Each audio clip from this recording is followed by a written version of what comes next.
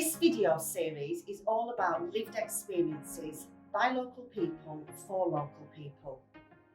Please be aware some of the topics talked about may trigger stress or anxiety. If you feel you need further help or support, please get in contact with us and we can point you in the right direction.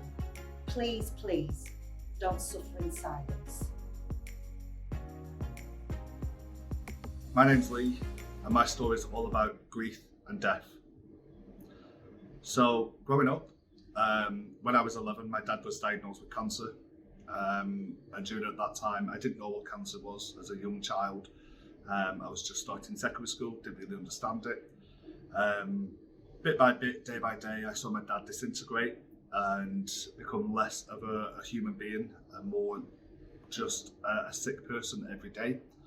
Until one day I had to sit there and watch him pass away in front of my own eyes and not being able to do anything. Flash forward to when I was 24, my mum got diagnosed with cancer of the same area within the lungs, and I had to do that by myself. Lots of issues within the family, so I had to deal with everything from start to finish by myself. Same story, bit by bit. My mum slowly disintegrated as a person and become more sick day by day, until the point where she was at end of life and passed away. Now, what your parents don't do is teach you for stuff that happens in life after they've gone. How do you deal with life after they've gone? You've grown up with that person by your side all your life. One of the biggest problems I understood myself to realise was I was in a situation where I wasn't talking about this, I wasn't opening up. To everybody else on the surface, I seemed fine. But realistically, deep down, everything was dark, I was alone, and I had nowhere to turn to.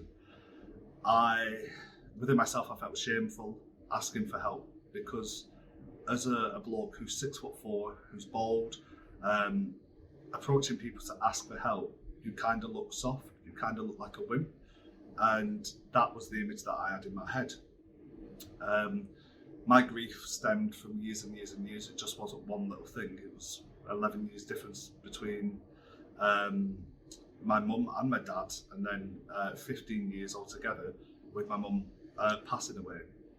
So that concept there of having to deal with 15 years worth of grief, in that time I ended up in children's homes, foster cares, I was on the streets, I didn't have no money. I rifled through some bins for food, and then one day I got on the straight and narrow, if you would. I asked for help. I put myself out on a limb and I asked for help.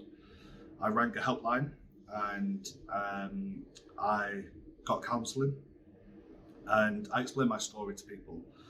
And from that counselling journey, from the start of that counselling journey, I changed my mindset of how I look at things, the way I deal with stuff, the way I understand things. And I started to document my journey, how I felt at the time, what I was going through back then, and I linked it into my future, how I wasn't going to let this grief define me, how I was going to define the grief by who I wanted to be.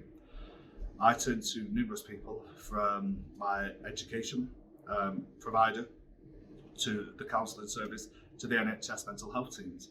I rang the crisis line because I was at the edge sometimes, and I documented it. I documented my whole journey. So from start to finish, I essentially have a personal novel of my journey of where I were and where I am today. That grief has helped me become the bigger person and the better person that I am today, and I want that to help other people as I go forward. So I've been there, I've done that, I've got the t-shirt. The first thing I'd say to people is understand who you are and where you are. And secondly, don't be afraid to open up to people. It's hard to ask for help, and as human beings we tend not to want to ask for help, but when you're struggling and you're at the bottom of the barrel, you've got nowhere else to turn to, open up and you'll feel that weight lifted off your shoulders.